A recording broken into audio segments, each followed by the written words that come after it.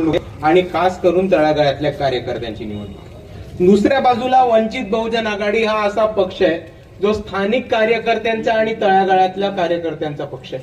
म्हणून मी आपल्या सर्वांसमोर हे ठामपणे म्हणतो की येणाऱ्या नगर परिषदेमध्ये वंचित बहुजन आघाडीचे तिकीट हे फक्त आणि फक्त वंचित बहुजन आघाडीच्याच कार्यकर्त्यांना देणार आहेत.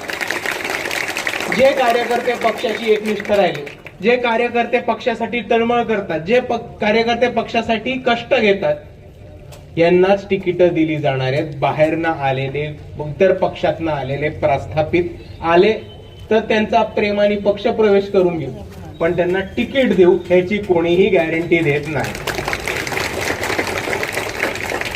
आणि दुसऱ्या बाजूला जेव्हा मी हे म्हणतो की ही निवडणूक स्थानिक कार्यकर्त्यांची आहे आणि या निवडणूक लढणारे उमेदवार सुद्धा स्थानिक कार्यकर्ते असणार आहेत, तरी निवडणूक जिंकण्याची जबाबदारी कोणाची? स्थानिक कार्यकर्त्यांची, तुमच्या सर्वांची. कारण आपण सर्वांनी एक मुद्दा लक्षात घ्या,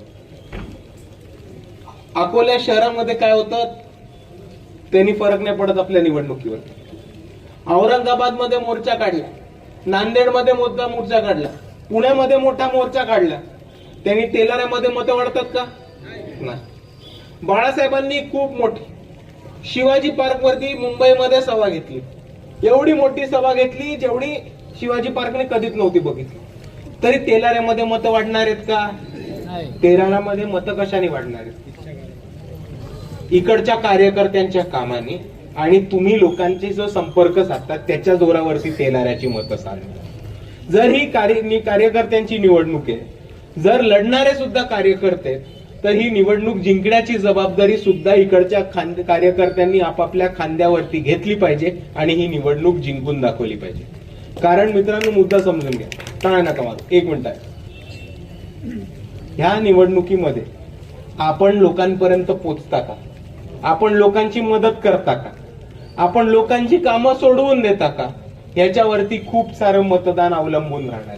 आणि इकडच्या प्रत्येक माणसाने हे ठरवलं पाहिजे, वंचित बहुजन आघाडीच्या प्रत्येक कार्यकर्त्यांनी, प्रत्येक पदाधिकाऱ्यांनी हे ठरवलं पाहिजे की येणाऱ्या नगर परिषदेच्या निवडणुकीच्या आधी तेलाऱ्यामधल्या शेवटच्या माणसापर्यंत आम्ही पोहोचू, त्यांच्यापर्यंत संपर्क करू, त्यांचं नेटवर्क बनवू, त्यांचं बांधणी करू, त्यांच्यापर्यंत बाळासाहेब आंबेडकरांची भूमिका, वंचित बहुजन आघाडीने केलेलं काम आणि वंचित बहुजन आघाडीची भूमिका पोचू. आणि एवढं आपण केलं तर आपल्याला तेलाऱ्यामध्ये सत्ता स्थापन करण्यापासून कोणी थांबवू नाही शकत, ही वस्तुस्थिती आपण समजू. आणि दुसऱ्या बाजूला आपण बघितलं तर आपल्या तेलाऱ्यामध्ये प्रश्न बरेच आहेत. इतके वर्ष प्रशासन